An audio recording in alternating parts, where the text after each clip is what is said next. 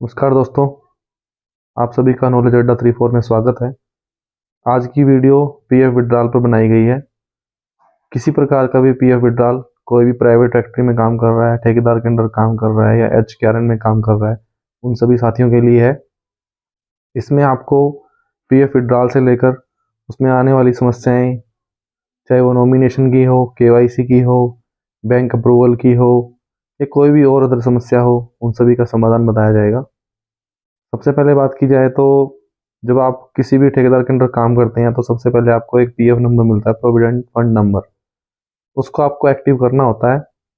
Active करने के बाद आप उसमें क्या करेंगे, अपने प्रोफाइल को अपडेट करेंगे। प्रोफाइल अपडेशन में आप आपकी डेट ऑफ बर्थ, आपका फ़ोटो, आपके सिग्नेचर, मेल फीमेल और आपका एड्रेस, ये सब चीज़ें अपडेट होंगी। प्रोफाइल अपडेट होने के बाद आपको क्या करना है, सबसे पहले केवाईसी करनी है।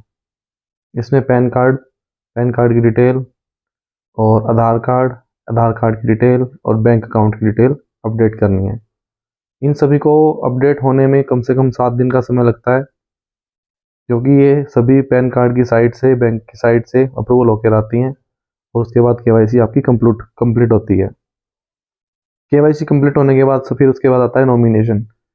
अगर आप मैरिड हैं तो आपको अपनी फैमिली की सारी डिटेल डालनी पड़ती है और उसमें शेयर होल्डर डालना होता है नॉमिनेशन के तौर पर। फैमिली डिटेल में आपकी सबसे पहले वाइफ, उसके बाद बच्चों के नाम आएंगे। अगर आपके पास मदर फादर भी हैं तो उनकी भी डिटेल डाल सकते हैं आप, कोई इसमें डाउट नहीं है। नॉमिनेशन के बाद आपका आता है आपका पीएफ विड्रॉल। पीएफ विड्रॉल दो तरीके से होता है, एक फॉर्म 10C और 31। दो दो फॉर्म होते हैं। इनमें से 31 है वो फॉर्म आप रनिंग में, जैसे आप जॉब कर रहे हैं, जो आपका शेयर है उसे निकाल सकते हैं, वो भी 40% ओनली। और 10C जो है उसमें क्या है, जो आपकी जो आपका एम्प्लॉयर है, मीन्स आपकी कंपनी, कंपनी का जो शेयर कंपनी इंक्लूड कर रही है उसे निकाल सकते हैं। लेकिन कब, जब आप उस कंपनी को छोड़ देंगे तब। उससे पहले आप उसे नहीं निकाल सकते। कंपनी में रिजाइन देने के बाद ही निकलता है वो। और जैसे क्या होता है कि पहले एचकेआरएन से पहले ठेकेदार प्रथा थी। कुछ व्यक्ति या कुछ साथी ठेकेदार के अंडर काम कर रहे थे या किसी और अदर ब्रांच के अंडर काम कर रहे थे, बाद में एचकेआरएन में आ गए हैं, तो उनका प्रोविडेंट फंड नंबर सेम ही रहेगा। और उनको क्या करना है, उसके बाद one account one one account one PF account के नाम से एक ऑप्शन होता है, वो फॉर्म भरना पड़ेगा। जैसे सिंपल तौर पे उसको हम वन अकाउंट ही बोल देते हैं। उसमें क्या है, आपको जो प्रीवियस आपका जो एम्प्लॉयर है, मीन्स जो फैक्ट्री है या कोई भी आपका प्राइवेट फर्म है, वहाँ से आपको एक एक कंफर्मेशन लेनी होती है कि आप वहाँ से रिजाइन कर चुके हो। और वो जो वहाँ का पैसा है, मीन्स एम्प्लॉयर ने जो आपको आपके अकाउंट में पैसा दिया है आपको, वो आपको ट्रांसफ़र करना होता है सबसे पहले। जब तक आप उसे ट्रांसफ़र नहीं करेंगे तब तक आप उसका पैसा नहीं निकाल पाएंगे जो एम्प्लॉयर ने आपको दिया है, मीन्स एम्प्लॉयर फंड।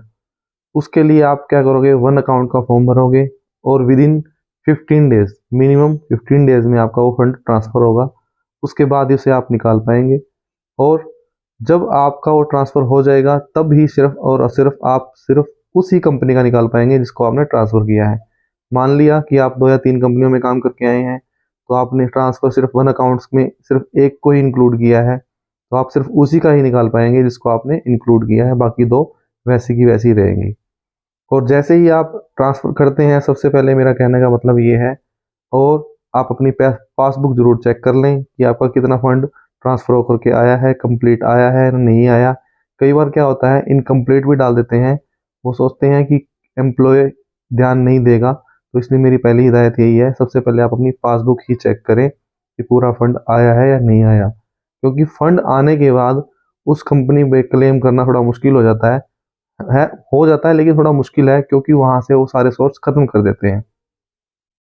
इसके बाद आती है बात आपके एम्प्लॉयर फंड निकालने की। वो मैंने आपको बता दिया है, जब तक आप रिज़ाइन नहीं करेंगे तब तक आप नहीं निकाल सकते। और मान लिया कि आप अभी एचकेआरएन में काम कर रहे हैं, एचकेआरएन के बाद मान लिया आप किसी गवर्नमेंट जॉब में लग जाते हैं, तो उसका भी निकालने का सेम यही तरीका होगा। जब तक आप HKRN में रिज़ाइन नहीं डालेंगे, एक रिज़ाइन के बाद एक फॉर्म होता है पीएफ विड्रॉल फॉर्म, वहाँ आप सबमिट करवा के आएंगे और उसके बाद ही वो वहाँ से निकलेगा। मतलब वो वहाँ से उसको स्विच ऑफ कर देंगे और वहाँ वो बाहर बाहर उसको आप निकलवा सकते हैं। और इसके अलावा कोई साथियों आपको कोई किसी प्रकार की प्रॉब्लम आती है पीएफ विड्रॉल में, पीएफ से रिलेटेड कोई भी इशू है, तो आप कांटेक्ट कर सकते हैं व्हाट्सएप पे भी, चैनल के थ्रू भी। आप जिस तरीके से आप रिस्पॉन्स लेना चाहते हैं उसी तरीके से हम आपको जवाब देने के लिए तैयार हैं। धन्यवाद साथियों, धन्यवाद।